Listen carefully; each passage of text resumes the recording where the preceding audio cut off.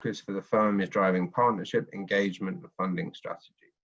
He's an established track record of founding not-for-profit organizations such as the Youth Factor and others, and has created grassroots institutions focused on the development and prosperity of African youth and diaspora communities in London. Alongside forming Diaspora Ventures, Malik oversees financial planning and analysis across Europe at a private equity firm. So, without further ado, I'll hand over to our first speaker, Riam, to give us an insight on deep tech and how Conceptionx is working in this area through academia and industry. Thank you, Riam. Thank you. Can everybody hear me okay? Yeah, all right. Hi, everyone. I'm Riam. I'm delighted to be here and happy to see so many people interested in deep tech in Africa. A warm welcome to my fellow panelists, and I think I will just jump right in. So today I just want to give you a little bit of a background on Conceptionx, the vision behind it, and how we can more closely collaborate with Africa in the light of the future economy. So Conceptionx is a venture program and platform that was designed to help PhD students create products and services based on their research in deep technology. Now, what is deep technology? We define it simply as a technology based on original cutting-edge research that is conducted at the university level, and which we now know is forecasted to have a huge impact on sustainably growing the future economy. So, examples could include artificial intelligence, drug development, 3D printing. It's not limited to one area. The point is that for someone to copy your business, they need to have that background knowledge in deep tech. So via these PhD-led startups, we help students solve huge problems in society and the economy, spanning health, energy, agriculture. As a company, we are not-for-profit, hugely led by passion and values, and we are funded by donations from institutions who share our values. The program was created as a collaborative effort by academics and industry leaders from UK and beyond. Although we started as a pilot in University College London in 2018, we now work across the UK and are opening up to work with talented students from across the world. So why is Conceptionx different than other programs? I mean, a lot of the people on this call might be aware of many different institutions and incubators and accelerators doing this. We are unique because we have positioned ourselves actually as an education transformation piece. So we sit alongside the PhD and impact the very nature of how commercialization works. Normally with entrepreneurship programs, they require students to take time off their studies, do some business training, some mentorship, and then decide if they can start a company or not. At Conceptionx, things are very different. We are a deep and intensive platform, and we're underpinned by amazing methodology and research. So we designed a program that runs over 9 months and doesn't require people to take time off their studies. Now, this has significantly de-risked starting a company as a career choice and has invited students to form companies who wouldn't have otherwise thought of it, especially if, for example, they had a job offer at the end of their PhD, where taking that would be significantly less risky than starting off a company themselves. Now, at Conceptionx, everything starts with a mindset change. The first thing we do is that we show smart young people that they're able to take a very different career path than normally a PhD would train them for. They can work for themselves and they can become what we call venture scientists, which is our term for scientific entrepreneurs. This is followed by a diligent training, coaching, and mentorship program that slowly picks up the students who have viable ideas and gets them closer to the market. We have a strong network of mentors, world-class innovators, and industry leaders. So it is kind of this one-to-one attention from the mentors and the industry players that really makes Conceptionx kick off and produce all of the amazing results that we've had. And the last step is also connection to industry players who can act as clients for the companies.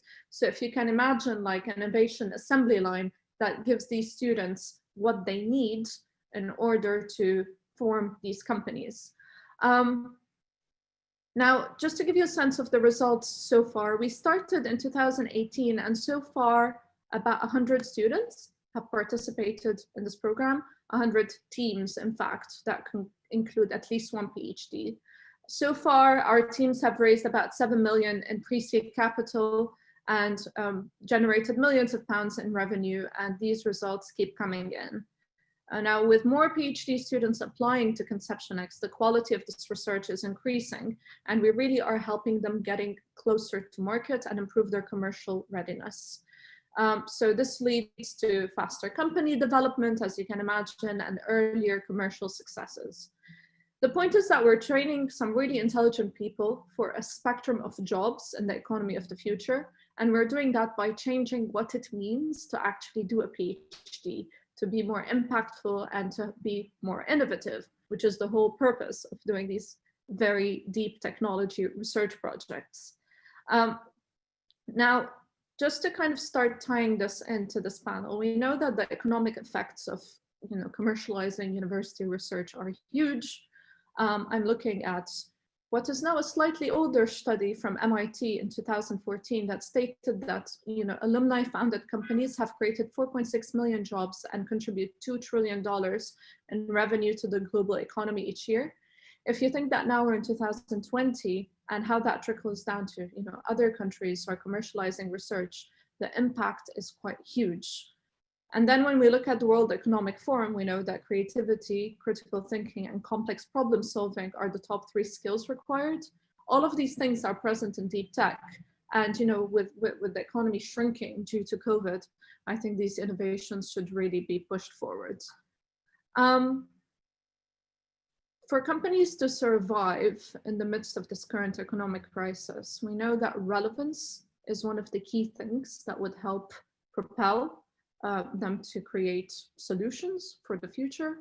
So if I look at what has come through Conceptionx so far and kind of tying it against the African Development Bank high 5 priority areas, we see that a lot of these companies kind of naturally tie themselves to what these challenges are. And I think it's due to the nature that people working on PhD research areas are really trying to solve relevant problems in the world. So if you look at Feed Africa, we have a company called CatchMaps, which provides farmers and landowners with evidence to make data-driven decisions to optimize environmental activity on farms. If we look at Industrialize Africa as another challenge, we have a very brilliant team from Cambridge who are working on a self-healing concrete solution by doing 3D printing to kind of create like a vascular structure in concrete that would help the construction industry. And if we look at improving the quality of life in Africa, in our last cohort, we had a company called In Utero, led by a student of African origin called Isha. Now, she created a data-driven platform to help test drugs of Alzheimer's disease.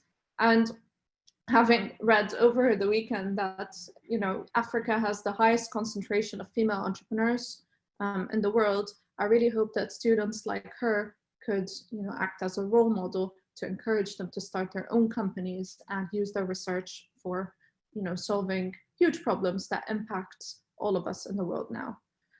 Now, in the light of COVID-19, it made us as a company consider everything.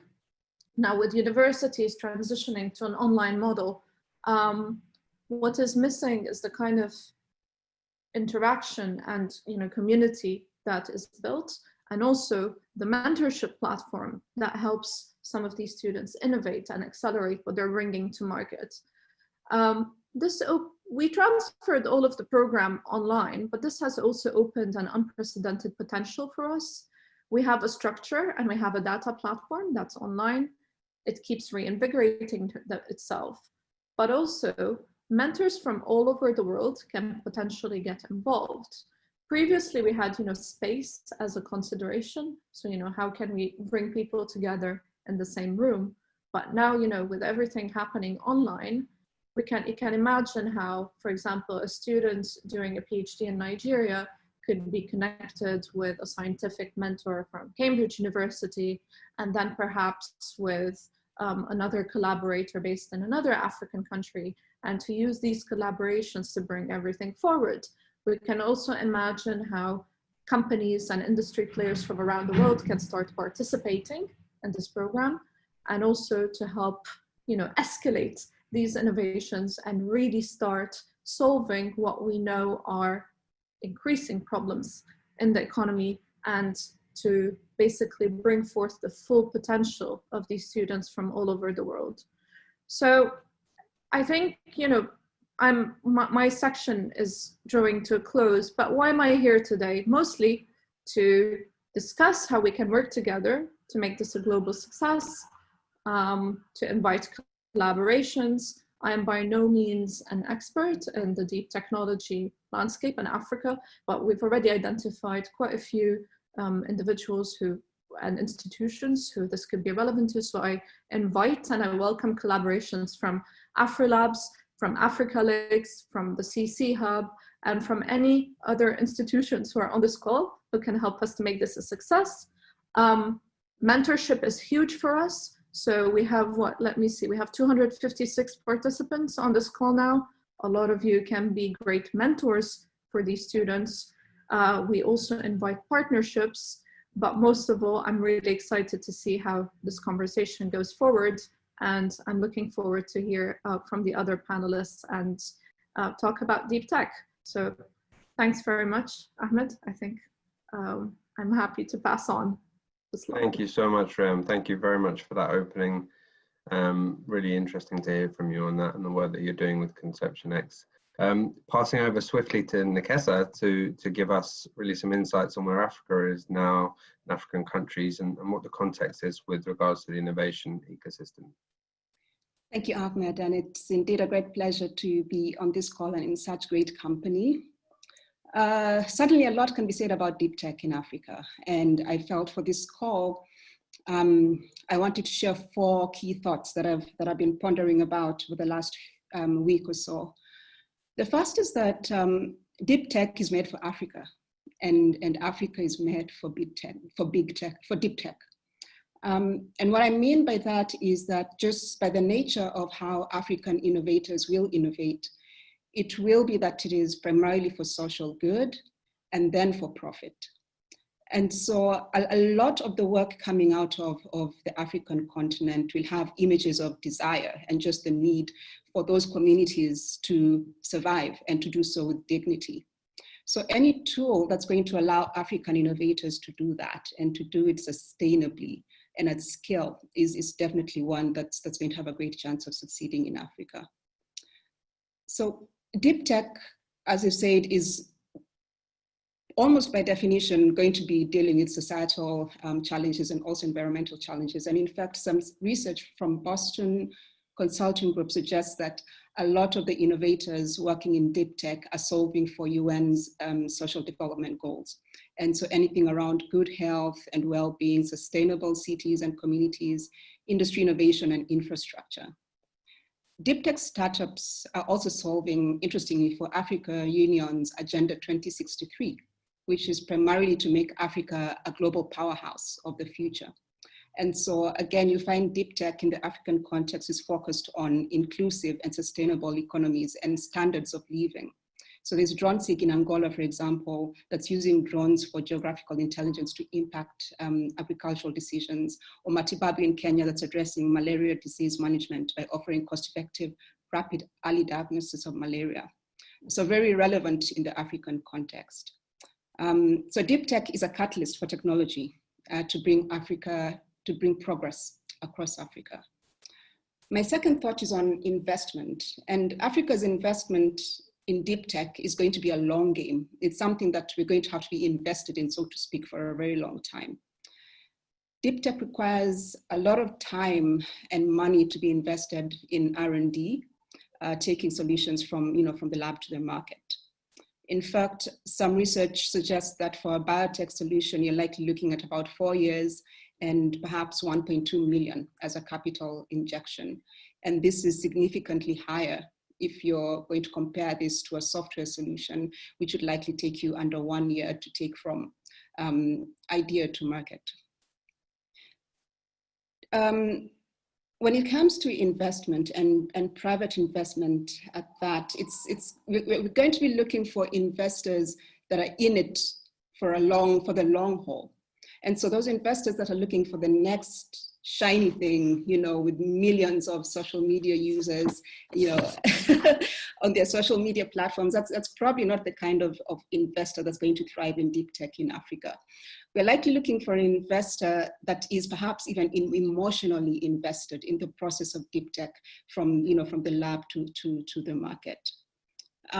Investment other than from private investors is also obviously going to come from government in building homegrown solutions and in partnering with innovation hubs and academic institutions that really have been really good at surfacing innovators for deep tech and other spaces as well. But other than investing money, governments are also going to will also need to look at investing in the ecosystem. And so what is that robust IP framework that deep tech needs to be supported? How is government going to create an enabling environment for deep tech to thrive? So government in Africa is actually the biggest purchaser of technology in Africa. And so will be key to ensuring a user base for deep tech in Africa.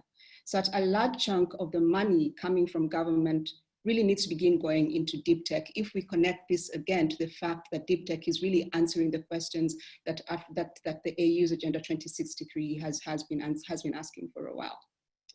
My third thought is, just like every other continent on the globe, Africa has issues to address. And for me, two key issues would be the innovation culture and the infrastructure.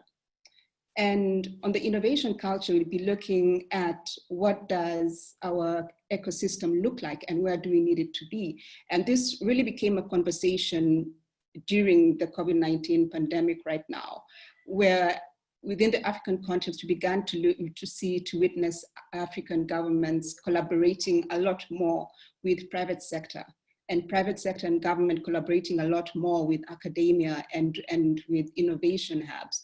Because as this global supply chain became disrupted because we could no longer travel or goods could no longer come in as fast as they used to, we now needed to begin looking inwards for what was available. Who could perform, or rather who could develop or produce PPEs faster at an affordable rates? How could we get goods and groceries that people needed from point A to point B, considering perhaps even other crises that we're going through, like floods, that we had in some parts of Kenya, for example, where I'm based. So these pieces of the puzzle need to begin talking to each other a lot more. And this is what I mean by innovation culture. Governments need to be looking at how to enable environment. So what's the tax climate now and how can they make that better? How can they improve ease of business? What can private organizations do around really pushing for long-term favorable policies and beginning to have concrete conversations around manufacturing in the space?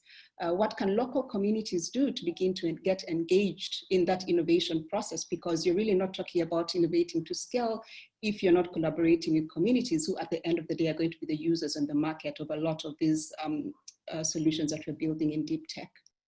On infrastructure, what comes to mind for me is the last mile. And in Africa, we cannot relent until we have communities connected to the internet across the continent without leaving anyone behind. Again, communities would be key to ensuring that whichever solutions that we are building really are able to scale and impact economy, and giving access to these local communities to the internet, again, catalyzes innovation. And then finally, obviously on infrastructure, we need a lot more high-end access, a lot more high-end accessible centers of excellence to allow for deep tech innovation to happen. My final thought is that Africa is opening up. And with our continental free trade area, this presents an amazing opportunity for innovators and for other organizations involved in deep tech to immediately begin talking about scale across the continent. When the borders come down or when the markets open up, you're really talking about new market for deep tech solutions. And imagine a deep tech startup being able right from the beginning, right from inception, to map that trajectory of growth, not just within its community or not just within its country, but across the continent, and be able to provide reliable data and a reliable plan to an investor. I think when you're talking to investors and you talk about scale and sustainability, and you have, you know, the map to prove it, and you can talk about the continental free trade area and what opportunity that presents, then investors both local and international begin to really pay attention. And so for me, this is an exciting opportunity to just ensure that not only are we talking about social good and deep tech within our communities, but we're talking about realistically, this is something that we're soon going to be able to scale across the continent and do so sustainably. So these are my 4 broad thoughts at this moment, and I'm really looking forward to a very robust engagement on this and other topics throughout this call. Thank you so much, Nekesa. Thank you. That was really excellent. And, you know, you really, I think, encapsulated how deep tech is made for Africa and Africa is made for deep tech in your points there. Moving now to Malik. So he's going to, I think, look a bit more at how deep tech can support development and economic growth, and touch on some of the successful applications that there are there. Thank you, Malik. Okay, thank you, Ahmed. And I think, you know, first of all, would like to thank Chatham House, Dame Rosalind Marsden, Ahmed Suleiman, Tagisti Amar, and Hannah Desta for helping to make this event a reality. Kind of touching on, you know, Nekesa's excellent presentation there, I think, mentioning how, you know, the kind of attraction for investment in Africa kind of requires investors to have a deep commitment to, you know, deep tech and taking research from the lab to inception in the market. I think kind of I'd like to take the opportunity kind of to talk to my personal story at this point, as I think it's also relevant to kind of view the situation from, you know, those who are invested in seeing Africa's development from a kind of sustainable development standpoint, but just kind of general progress overall for its people. So I think, you know, it's an honor to have the opportunity to share with you thoughts and research around deep tech and then its potential to, you know, aid the continent in meeting its sustainable development goals.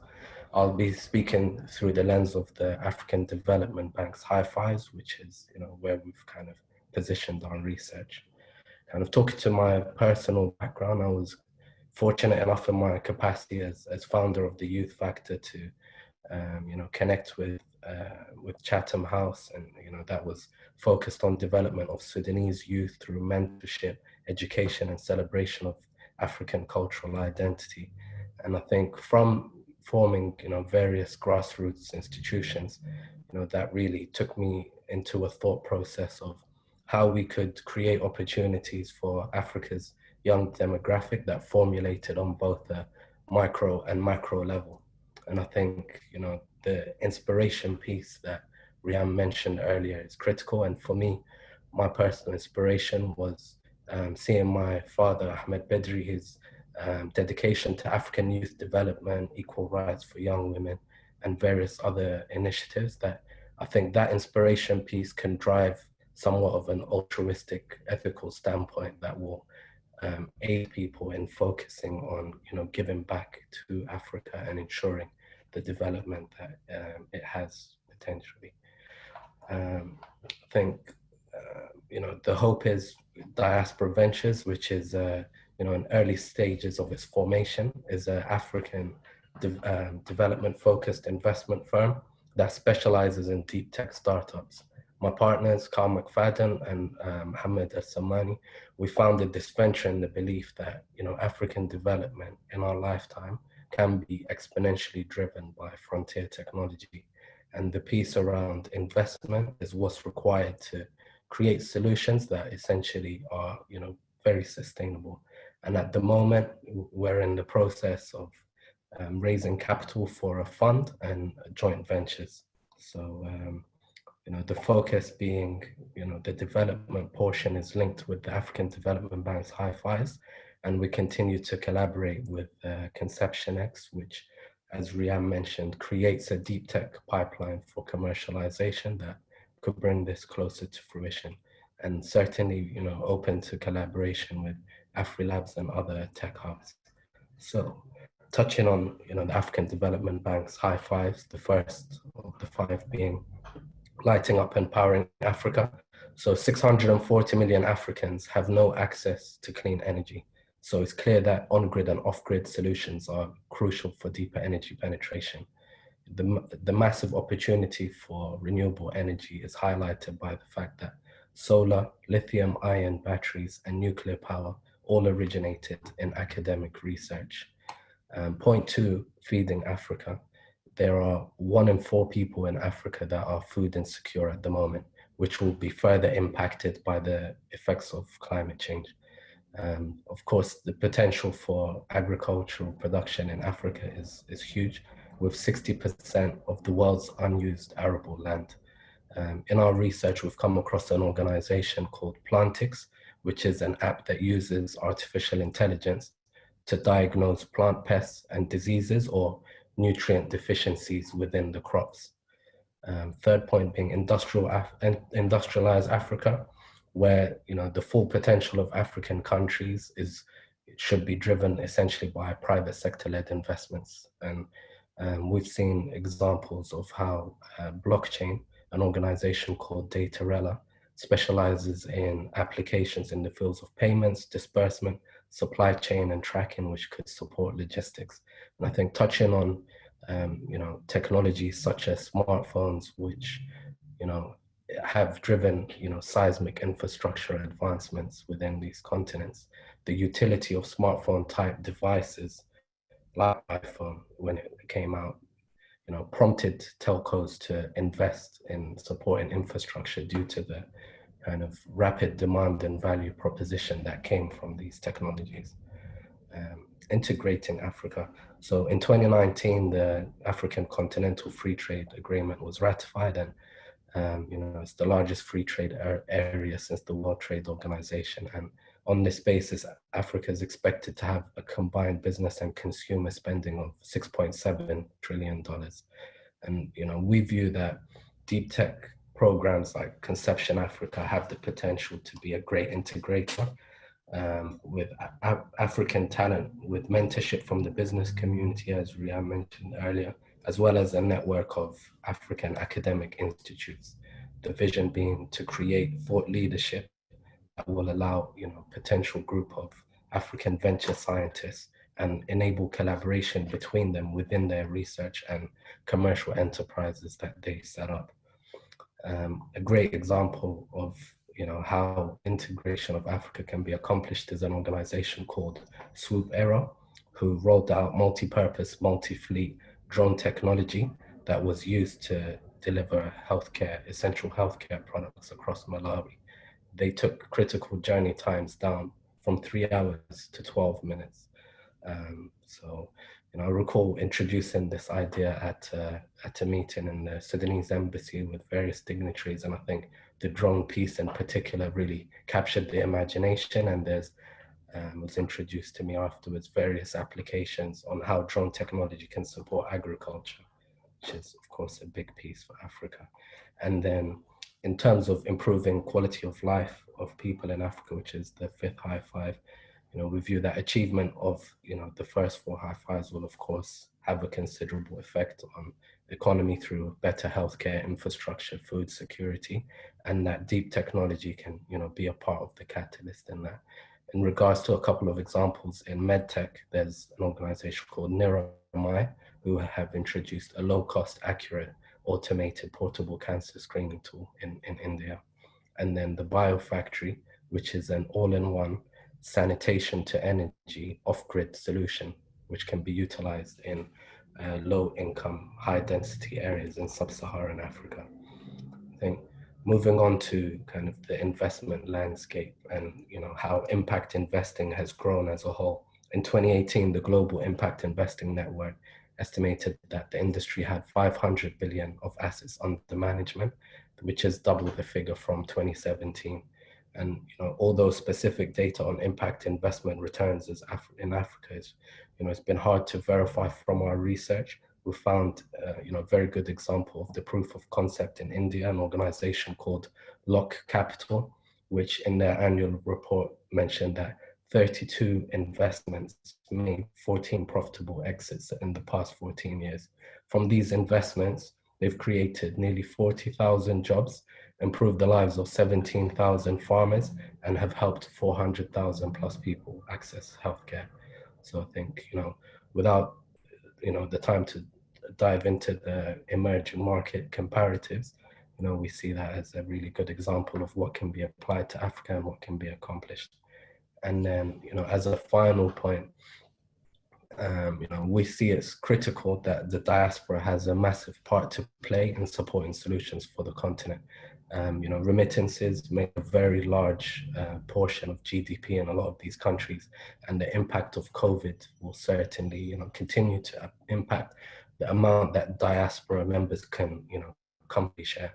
So we think programs such as Conceptionx Africa, backed by the development organizations and investment funds to commercialize ventures, will help to drive growth and mitigate the effects of how this can create jobs and boost long-lasting economic prosperity and create ecosystemic growth. So, thank you all for your time, and thanks again to Chatham House and my fellow panelists.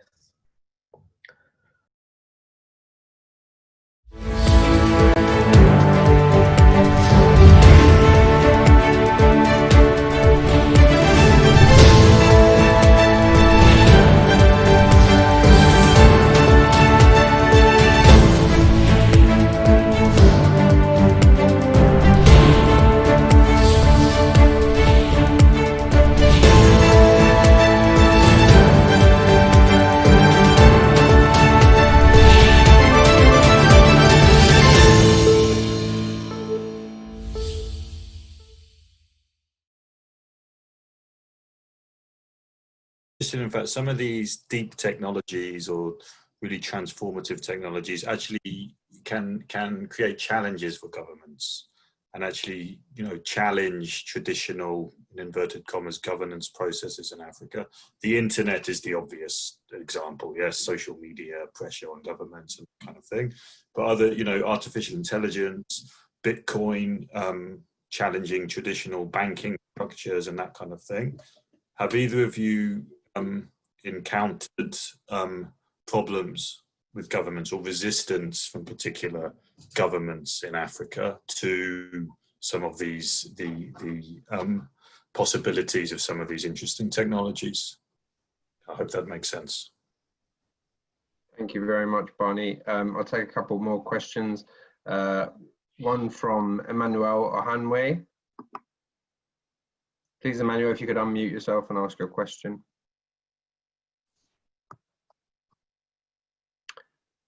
Emmanuel, are you there? Are you able to unmute yourself and ask your question?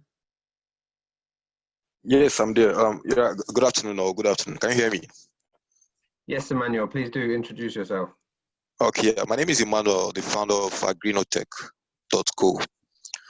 So in Agrinotech, we are helping farmers address their low-tech purchasing power, and at the same time, we want to help people claim their own share from the trillion-dollar agricultural sector. So one of the problems we have is that farmers have low-tech purchasing power, and we've tried to iterate and figure out how to solve this problem. And the two things come to mind. We either subsidize technology to enable these farmers, purchase this tech, or we increase their earning capacity. So I don't know, is there any possibility around subsidizing technology for farmers to enable them leverage tech in farm? That's my question. Thank you very much, Emmanuel. And I'll take one last question from Katrin Pipe. Katrin, please do introduce yourself and ask your question. Hello, do you hear me? Yes. Hi. Well, thank you for this event and for the opportunity also to ask questions. I wrote my question already in the Q&A. I'm an anthropologist working at the University of Leuven in Belgium, carrying out research on technology and society in Central Africa. And I was fascinated by Nekesa's observation that now during COVID times, Corona times, because of the disruption of imports of goods, certain African governments have been able to set up collaborations with the private sector and with academia, as you said. And I would like to ask you to give some more examples, examples about that, because usually when we think about technology, technological investment in technology and African states, in my experience for the DRC, Congo, for example, usually the stories are about failure, about unfulfilled promises. So I'm curious to hear some success stories. Thank you very much. Thank you, Katrin. Okay, so in terms of the first question we had, looking from Barney at challenges to traditional governments, Riam, would you like to take that question? I suppose I can take that question more generally, and I suppose Barney was also referring specifically to African governments, so then perhaps someone else from the panel can cover that specifically. From my perspective, it's technology.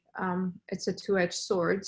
It can be used for bad and for good, and I think the key thing here is to have the right individuals and institutions involved to commercialize this, and by bringing players like government, like the public sector involved, charitable foundations, and also venture capitalists. Normally, when these technologies are developed, the players can be quite narrow. Traditionally, we've seen, industry working with universities to produce certain technologies that can be deployed in a number of ways. But I think what we're talking about here is a more democratized platform where individuals like, our not-for-profit institution, the African Development Bank, other accelerators across Africa can work with governments to ensure that these technologies are used in a way that can be to everyone's benefit. And I think Malik and Nekesa can pick up on specific examples relating to African governments on that. Nekesa, Malik, would either of you like to come in? Thank you, Nekesa. Yes.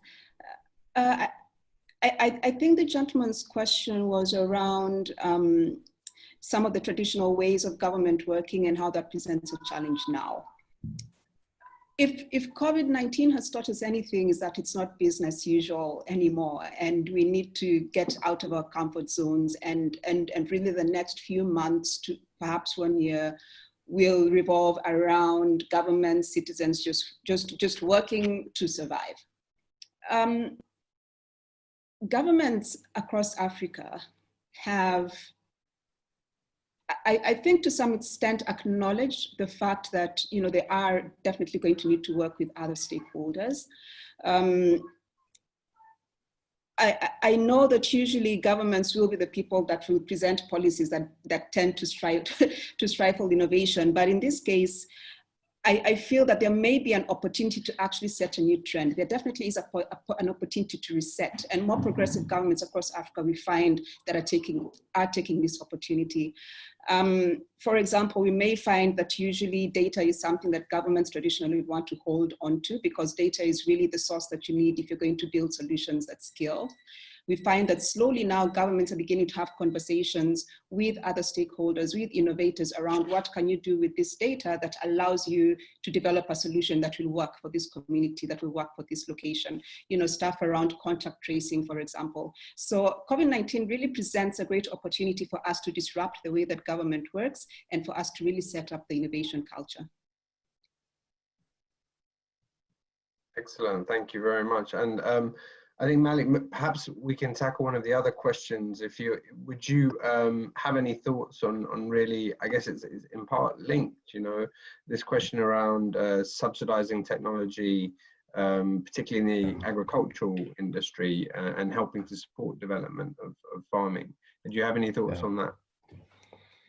I think that's an excellent question, and as you mentioned, it really does tie into the first question around how can we ensure government support, when it comes to technologies that are somewhat potentially sit uncomfortably with, established structures that already exist. And I think this is where, organizations that will serve as hubs between, academia, government, policy and investment are going to be critical for really driving development in this area. I think the point around subsidies is critical, and I think governments will need to, witness the impact of how, technology can be linked to various areas to drive, sustainable returns and, growth in the economy. So I think it's essential that, the research institutions are collaborating and preparing, really extensive amounts of documentation that can be used as a proof of concept in the area for these government bodies. And certainly, I think, the intention from Diaspora Ventures and other organizations that seek investment for deep technology is to really, find solutions that are scalable, potentially low cost, and can be, rolled out to across the demographic, and allow those individuals and entrepreneurs to help the market grow essentially by, increasing in output or driving efficiency. Thank you. We have that third question as well, a very good question, really looking at examples of collaboration between particular African governments and private sector or academia during these last few months, during COVID time. Nekesa, would you perhaps like to come in and talk a bit about that, and anyone else if you have anything to add? Yeah, so a couple of things that the government in Kenya, where I'm based, has worked to support efforts. One was with setup of a committee of people that were really well known within the innovation space and well admired and respected, that is focused on really surfacing innovations that government can begin to use. And so what's great about this is that it's people that you either know or that are one step removed from you as a person in the innovation space. And so if you have solutions that you think government could benefit and help to scale to fight the pandemic, then it really begins to open up opportunities and open up the door and that pipeline that allows for innovators to begin to interact with government simply by getting people that government knows and trusts, and also that the innovation community knows and trusts. So I'm really curious and hopeful around how setting up this committee works. Second, I think she asked for some kind of case study. So we have a university, it's called Kenyatta University, based in Kenya. And there were some students there who developed a very low cost ventilator. So the rest of the ecosystem really rallied around it. And they even got this to the point where our president mentioned it as one of the possible options or solutions that really help us to fight the pandemic, and gave some form of reassurance of support coming from government. We also had private stakeholders, we had lawyers come in and say, we're going to help talk you through, what does it look like around your IP and so on. We had people in the manufacturing space talking about, this is how we are going to come in to help you scale this and ensure that we can reach as many hospitals as possible. So that's just one example of how it is possible to actually galvanize an innovation community, or rather an ecosystem, to just really enforce a positive innovation culture. Thank you so much. Riam, do you have any, would you like to follow up on that at all? No, I think Nekesa covered it perfectly. Nothing to add. In that case, I'll take another round of questions, knowing that we're moving into time here. So the next question, if Salma Abbasi would like to ask, I'll allow you to speak.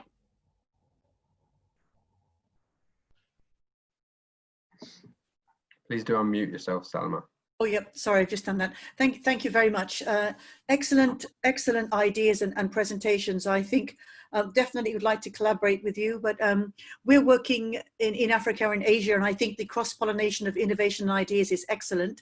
One of the questions that I saw in the chat box was about how do we get private sector, universities, and industry to collaborate, and I think COVID-19 presents an excellent opportunity. We are currently doing that in Asia through a series of webinars, and we're bringing in young people like yourself to talk about different things that they're doing as innovative solutions, leveraging technology, because it's been the bridge that we have today, but also having countries like the Republic of Korea and Bangladesh present the solutions that they have done to actually operationalize the response. So the ideas are coming from very interesting places, and what we're finding is the best ideas are actually not coming from the developed world or the so-called advanced economies. They are actually coming from creative young people that are, or governments that are grappling with limited resources. So I think we have to find a way in the collaboration framework that you build, and Chatham House is a perfect platform to really ensure that there's a common, very clear, focused goal, and then put the innovation around it. Because if it's very broad level, it's difficult to do. That's my recommendation to the question. But the key is multi-sector stakeholders that engage. Thank you so much. Thank you very much. So I'll take a couple more interventions and questions. Mabrak Gebrawaldi, if you'd like to introduce yourself and ask a question.